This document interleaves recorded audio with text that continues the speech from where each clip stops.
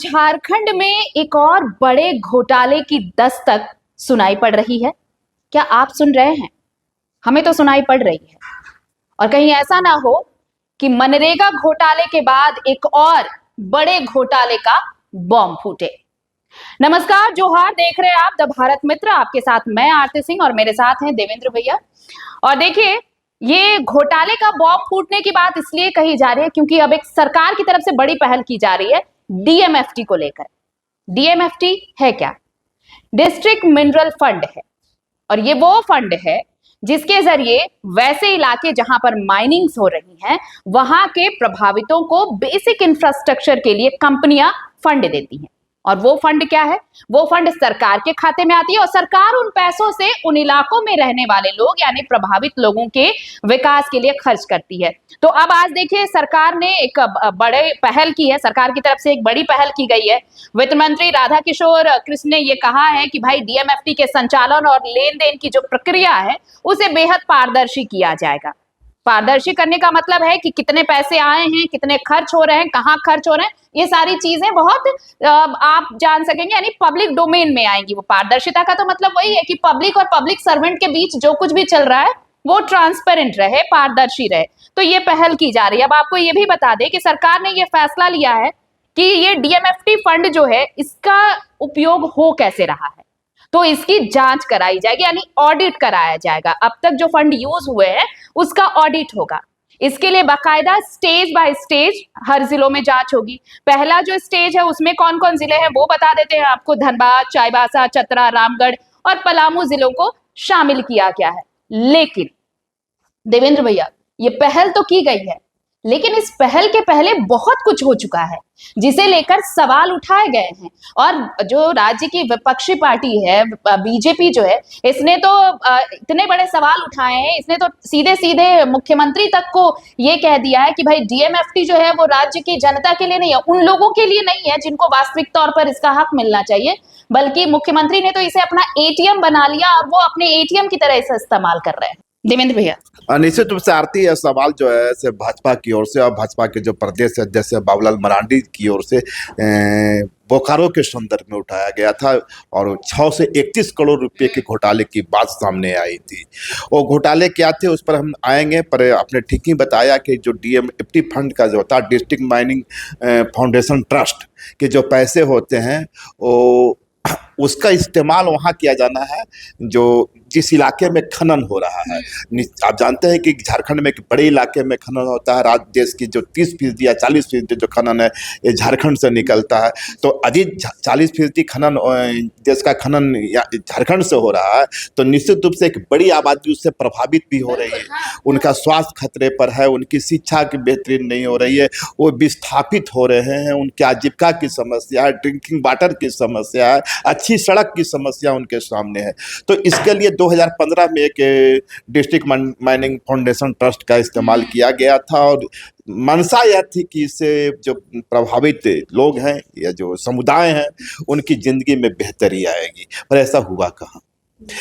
ठीक है, बोकारो में 6 से 31 करोड़ घोटाले की बात सामने आती है और लेकिन यही तो सवाल है। ये जो 631 करोड़ ये जो कागज पर आया है देवेंद्र भैया, ये कहा जा रहा है कि ये तो सिर्फ अभी एक नमूना है। 631 ये कहा जा रहा है कि 700 से भी ज्यादा का है, क्योंकि जो आप देखिए जो बाबूलाल मरांडी का आपको याद होगा कि कुछ दिनों पहले जो उन्होंने जिस तरह से आंकड़े गिनाए थे, उन्होंने कहा कि आधा पैसा भी राज्य खर्च नहीं कर पाई है। ये 631 करोड़ तो आप भूल जाइए, जो बाकी पूरे फंड को, राज्य भर के पूरे फंड को अगर मिलाएंगे, जो ये फाउंडेशन ट्रस्ट है डिस्ट्रिक्ट मिनरल फाउंडेशन ट्रस्ट, इसके पूरे पैसे को अगर आप मिलाएंगे तो आधा पैसा भी राज्य सरकार खर्च नहीं कर पाई है। तो भाई वो पैसे गए कहाँ? नहीं, खर्च भी नहीं कर पाई और खर्च की है तो पैसे का उपयोग और सदुपयोग या दुरुपयोग क्या हुआ है उसको इससे समझा जा सकता है कि बोकारो में ही जहाँ पहली शिकायत आ रही है कि 5 से 6 लाख रुपए मिलने वाला जो जनरेटर है उसकी खरीद की गई है करीबन 8 लाख रुपए में, है ना।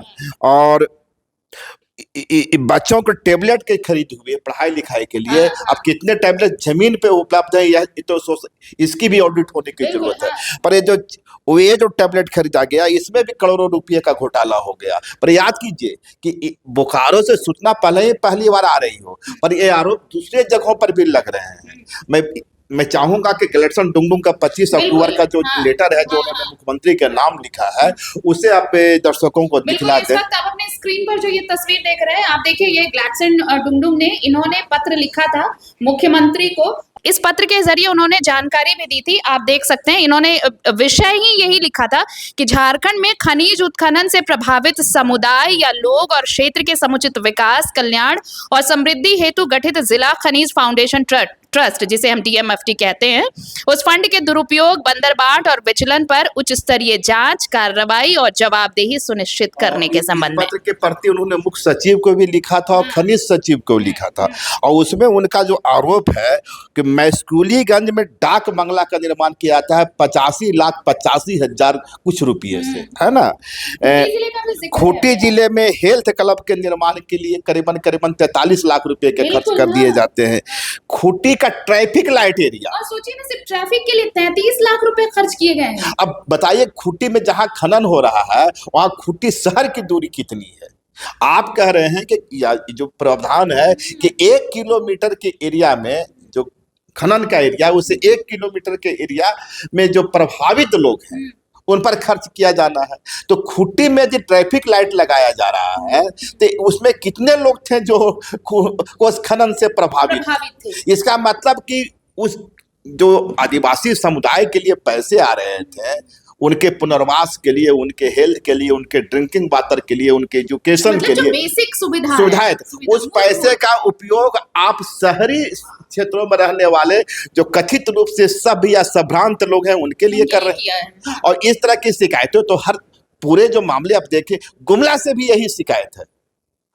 तो अजीब ग्लैडसन डुंगडुंग के पूरे आरोप को ध्यान पूर्वक देखा जाए, यदि उसमें तथ्य है, यदि खर्च किए गए, क्योंकि हमारे पास कोई ऐसी बेसिक जानकारी नहीं है, ये जानकारी ग्लैडसन डुंगडुंग की ओर से आ रही है। उन्होंने बाकायदे आंकड़े के साथ दावा किया है कि इतना बड़ा घोटाला है और इतनी भारी इरेगुलरिटी है, तो निश्चित रूप से तो ये जो उन्होंने पत्र लिखा है, अगर उस पत्र को आप देखेंगे तो इससे तो साफ है। अभी जो नॉर्म्स है, मैं एग्जैक्ट फिगर तो नहीं बता पाऊंगी, लेकिन शायद यही है, 500 से 700 मीटर का दायरा है। 1 किलोमीटर आप मान के चलिए, लमसम आप मान के चलिए कि 1 किलोमीटर का दायरा है। अगर इस दायरे में रहने वाले लोगों को, जो प्रभावित लोग हैं, अगर उनके लिए काम नहीं किया, खूंटी में कौन सी माइनिंग होती है देवेंद्र भैया, कौन सी माइनिंग होती है, और वहां कौन से प्रभावित लोग हैं। और सोचिए वहां पर जिम के लिए, हेल्थ केयर के लिए, सीसीटीवी लगाने के लिए डीएमएफटी का इस्तेमाल किया गया है, लगाने के लिए डीएमएफटी फंड के पर रोचक बात यह भी है कि आपने ठीक कहा कि एक बड़ा घोटाला झारखंड का है, पर बड़ी बात है कि बड़े घोटाले की शुरुआत किस दौर से होती है। आपको याद होगा कि रांची का जो प्रेस क्लब है, इसका भी निर्माण, दावे किए जा रहे हैं कि इसका भी निर्माण डीएमएफटी फंड से हुआ है। रांची के किस इलाके में, 1 किलोमीटर के किस इलाके में खनन हो रहा था, और यदि खनन हो रहा था तो क्या उससे प्रभावित पत्रकार लोग थे? और क्या पत्रकारों के लिए बिल्डिंग बनी? हम लोग तो नहीं है, आप हैं क्या? ये सोचिए, आप हैं क्या? हम तो नहीं है, पता नहीं बाकियों का नहीं पता। लेकिन सवाल ये नहीं है भैया कि मतलब आपने क्या निर्माण कराया नहीं कराया। सवाल अब ये है कि जो विपक्ष ने आज से कुछ महीने पहले जिन आंकड़ों के साथ आपको आईना दिखाने की कोशिश की थी, क्या उसमें दम है? और कहीं उसी की आहट तो नहीं कि आज आप ये पहल शुरू कर रहे हैं कि अब पारदर्शिता लाई जाएगी और उसमें कुछ जिलों को, रामगढ़ को, पलामू को, धनबाद को मेंशन किया गया है कि भाई यहाँ पर क्या कुछ उपयोग हो पाया है इस फंड का, डीएमएफटी का, उसकी जांच होगी। लेकिन सवाल ये है कि क्या सीबीआई जांच की जो बात चल रही है, क्योंकि ये बहुत बड़ा घोटाले की बात कही जा रही है विपक्ष के हिसाब से, निश्चित रूप से सीबीआई जांच की, और चूंकि मामला हाई कोर्ट में जाता है और हाई कोर्ट से सीबीआई जांच का आदेश दे दिया जाता है, या खुद राज्य सरकार इनिशिएटिव लेते हुए इसकी जांच का आदेश दे देती है, तो एक जो सीबीआई के रास्ते साफ हो सकते हैं। मेरा सवाल दूसरा है, निश्चित रूप से पिछले 2015 में इसकी स्थापना होती है, 15 से 25 हो गया, इन 10 वर्षों में डीएमटी फंड पे करोड़ों रुपए आए, उसका जमीन पे कहीं कोई 30% का रॉयल्टी कहाँ गया? यही सवाल है ना, 30% जो रॉयल्टी दी जाती है उसका क्या? वो हिसाब सारा तो आपको देना पड़ेगा। और ये सिर्फ ऐसा नहीं है कि 1 साल का है, पिछले 10 सालों में आपको इसका हिसाब। मैं ही कह रहा था कि पिछले 10 वर्षों में जो भी पैसे करोड़ों रुपए कंपनियों से मिले और खर्च किए गए, तो क्या उस बीच ऑडिटिंग नहीं हुई? क्या ऑडिटिंग में इसका खुलासा नहीं हुआ कि जिस मद में इस राशि का उपयोग किया जाना था उस मद में इसका उपयोग नहीं हुआ? और फिर से मैं वही सवाल कि इसकी शुरुआत कब से होती है? शुरुआत तो रघुवर दास जी के समय में ना इसकी प्रधानमंत्री मोदी ने जब इसकी नहीं शुरुआत इसका की थी, रांची में जो बनता है प्रेस क्लब बनता है वो तो रघुवर दास जी के जमाने में बनता है, रघुवर दास जी थे।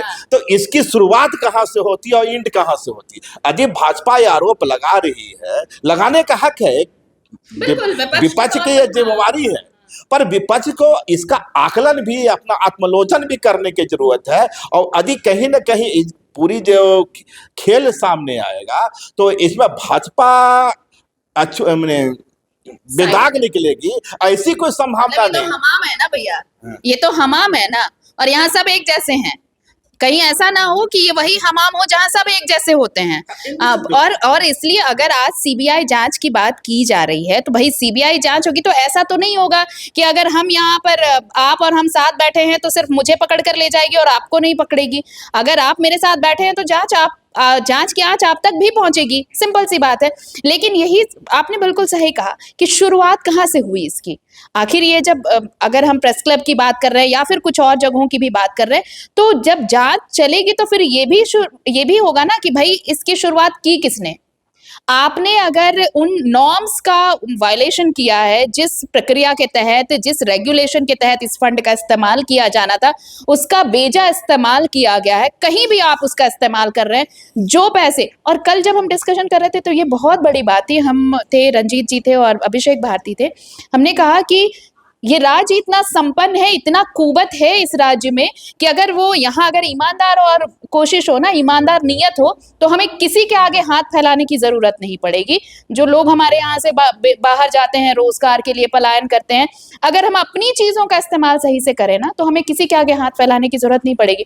तो डीएमएफटी सोचिए, हमारे यहाँ कंपनियां सबसे ज्यादा हैं, हमारे यहाँ वो पैसे सबसे ज्यादा आ रहे हैं, इसके बावजूद आप चले जाइए बेलगड़िया चले जाइए, सबसे बड़ा उदाहरण, अभी भी लोग रो रहे हैं ना कि उन्हें। आपने कई बार तस्वीरों में देखा होगा कि हमारे रूरल एरिया से हेल्थ का इंफ्रास्ट्रक्चर ऐसा है कि लोग खटोली पर टांग के, खटिया पर टांग करके पेशेंट को ला रहे हैं। तो आपने इस पैसे का इस्तेमाल तो वहां किया नहीं, आपने पैसे का इस्तेमाल रांची प्रेस क्लब में करते हैं, बोकारो में करते हैं, जो उसमें घोटाले 8 लाख के जनरेटर को 5 लाख के जनरेटर को 1 लाख ट्रैफिक लाइट लगाने में कर रहे हैं, शहर में सीसीटीवी लगाने में कर रहे हैं। लेकिन वाकई जिनको जरूरत है कि एक मोटर एम्बुलेंस, जो बाइक एम्बुलेंस होती है, वो भी मिल जाए सुदूर इलाकों में, वहां अगर होता तो शायद कोई सवाल भी ना उठता कि सवाल भी आते। ठीक है, रघुवर दास जी के जमाने में इसकी शुरुआत हुई, 2014 में उनकी सरकार बनती, 2015 में फंड का निर्माण होता है, तो निश्चित रूप से पहला खर्च जो है उनकी ओर से किया गया। यदि रघुवर दास जी के जमाने में इरेगुलरिटी हुई है,